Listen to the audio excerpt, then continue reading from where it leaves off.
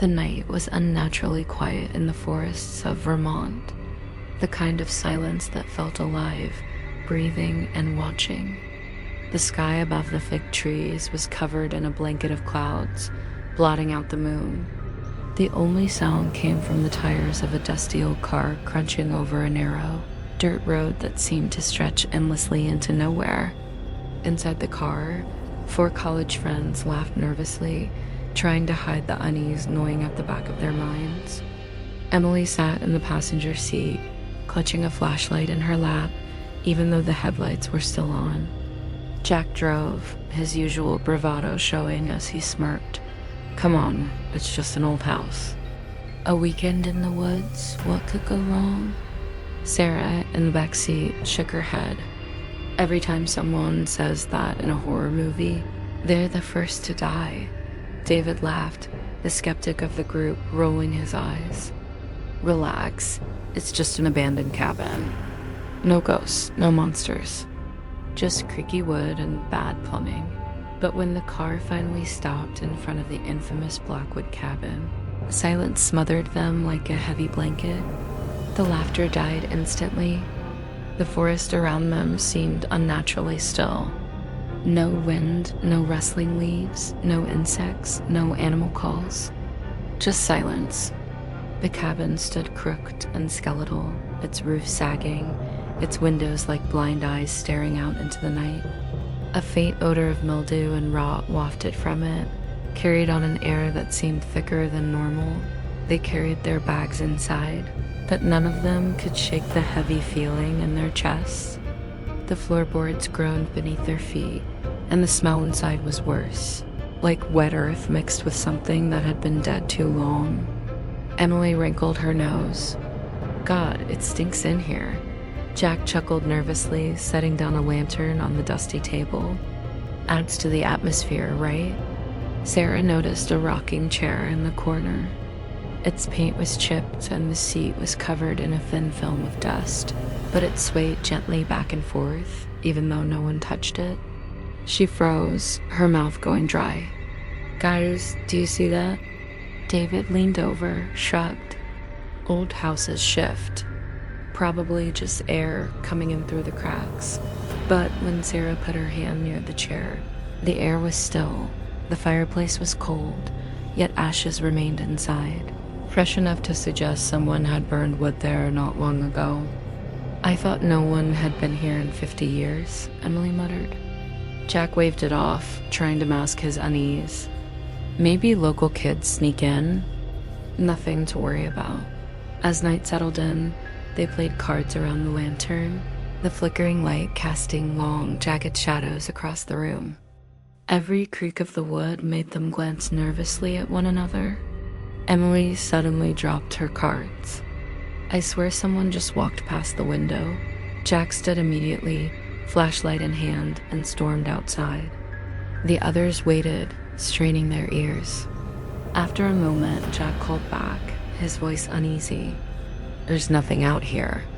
Just trees." But when he returned, his face was pale. "They weren't moving right," he said quietly. "The trees. They were swaying, but there's no wind." Then it started.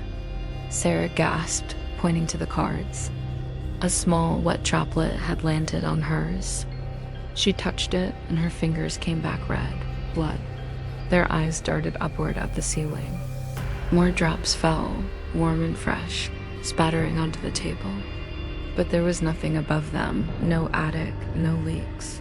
Just dark wood that seemed to pulse faintly like living flesh. The whispers followed. At first, faint enough that they thought it might be wind sneaking through the cracks in the walls. But when they all fell silent, the whispers grew louder, circling them, slithering into their ears. Emily swore she heard her name, then Jack's, then Sarah's. Each whisper sounded as if it came from just behind their shoulders. But when they turned, no one was there. David tried to laugh it off, though his voice cracked. "It's just our nerves." Old houses make sounds. He set down his cards, but his hands shook, betraying his feared dot at midnight. The lanterns began to flicker. The shadows in the corners stretched unnaturally long, as if they were alive, creeping toward them. The rocking chair started moving again, more violently this time, creaking with every sway. Emily whispered, "Do you hear that?" From the hallway, footsteps echoed, heavy and wet, dragging along the wooden planks. They came closer, slow and deliberate.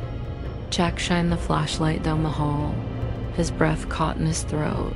Nothing. Empty. But the beam of light revealed footprints on the floorboards, bare, wet, glistening in the dim glow. The prints were too large to belong to any human, and they were pointed directly toward them. The air grew suffocating. Each breath felt harder to take, like the room was closing in. The whispers grew into a low growl, vibrating through the floor and walls. Suddenly, with a deafening slam, all the doors in the cabin shut at once.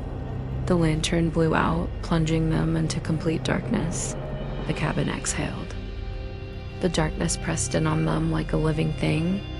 Emily clutched Sarah's arm, her nails digging into her skin.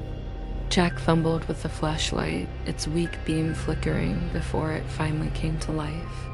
The hallway stretched before them, impossibly long now, the walls groaning as if the cabin itself had shifted. David staggered toward the nearest window, desperate to get out.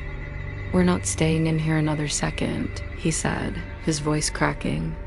He raised his fist and smashed the glass, but before his hand made contact, something invisible grabbed him. His body slammed backward against the wall with a sickening crack.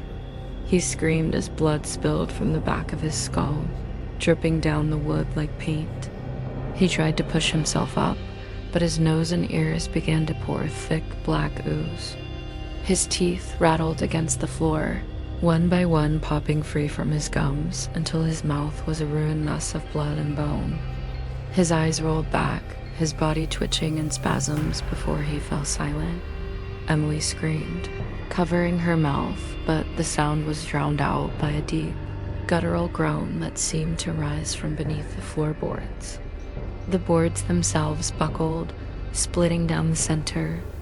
Cold air rushed upward, carrying with it the stench of rot and something worse, burnt flesh. From the corner of the room, a figure emerged. It was tall, impossibly tall, its head bent at a crooked angle as if its neck had been broken. It had no face, only blackened skin stretched tight like melted wax, with cracks that oozed dark fluid. Its long fingers scraped along the wall, leaving bloody gouges in the wood. Every time it moved, the sound was like nails dragging across metal, piercing and unbearable. Jack grabbed the broken chair from the table and hurled it at the creature. The wood passed through its body as though through smoke, splintering against the wall behind it. But the room reacted as though wounded. The floor split further, and from the cracks came voices, thousands of them, screaming in unison, shrieking in agony as if 1,000 damned souls had been buried beneath the cabin. The figure tilted its head toward Jack, then lunged. Its clawed hand shot forward, seizing him by the throat. Jack thrashed and kicked, but the faceless thing squeezed until his skin tore beneath its grip. With a violent motion, it raked its claws down his chest, splitting him open from collarbone to stomach. His ribcage cracked apart with a wet snap, spreading open like a grotesque set of doors. His heart still beat inside his chest, twitching violently before the entity leaned forward and ripped it free. Blood sprayed across the walls, dripping in thick trails down to the floor. With no mouth, the thing pressed the heart against its faceless head, and the organ melted into it, absorbed like liquid into tar. Jack's body fell in a heap, twitching once. Then, lying still in a pool of blood dots, Sarah shrieked and stumbled back, tripping over the overturned table. She scrambled toward the front door, her fingers clawing desperately at the handle. The moment her skin touched the metal, her flesh began to sizzle. She screamed, yanking her hand back, but strips of skin had already fused to the knob. When she tore her hand away, the skin peeled clean off, exposing raw, bleeding muscle and bone. She fell to her knees, clutching the ruined hand to her chest, sobbing in agony.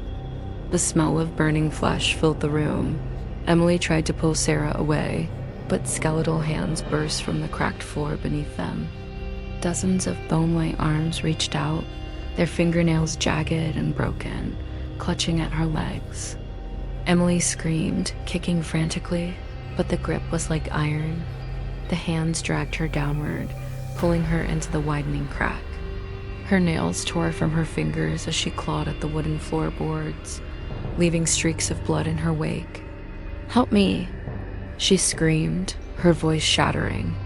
Sarah reached out with her good hand, but her grip slipped from the blood coating Emily's arm. The skeletal hands pulled harder, dragging Emily until her waist disappeared into the black abyss. She shrieked in agony as the pull intensified, her spine snapping audibly as her body was torn in two. Her upper half collapsed onto the floor, twitching, her face frozen in a mask of terror. Her lower half was gone, swallowed into the darkness beneath the cabin. Sarah crawled backward, her breath coming in ragged sobs, her ruined hand leaving a trail of blood behind her. The faceless figure turned toward her, tilting its head like a predator studying prey. She tried to scream, but no sound came out. The figure moved closer, its long arms reaching for her. She pressed herself against the wall, but there was nowhere left to go. The lantern flickered once more before finally extinguishing, plunging everything into blackness. When the sun rose, the forest was silent once again. The cabin stood crooked and lifeless, just as it always had. Days later, when the sheriff arrived after receiving calls about the abandoned car, he found it parked neatly outside the cabin, untouched, as if waiting for its owners to return. Inside, the air reeked of iron and decay. The table was overturned, cards scattered across the floor. They were soaked in blood, stuck together in clumps. Teeth were embedded in the cracks between the boards, fingernails broken and bent. Strands of human hair clung to the walls like cobwebs. In the corner, the rocking chair moved slowly, back and forth, creaking with each sway. Strips of human skin hung from its arms like trophies, swaying gently in the stale air. The sheriff never spoke about what he saw inside, but those who drove past the cabin after that night swore they could still hear the faint creak of the rocking chair. And sometimes, just sometimes, they heard whispers calling their names. Please like and subscribe channel Fear Frequency for more horror stories. Thank you.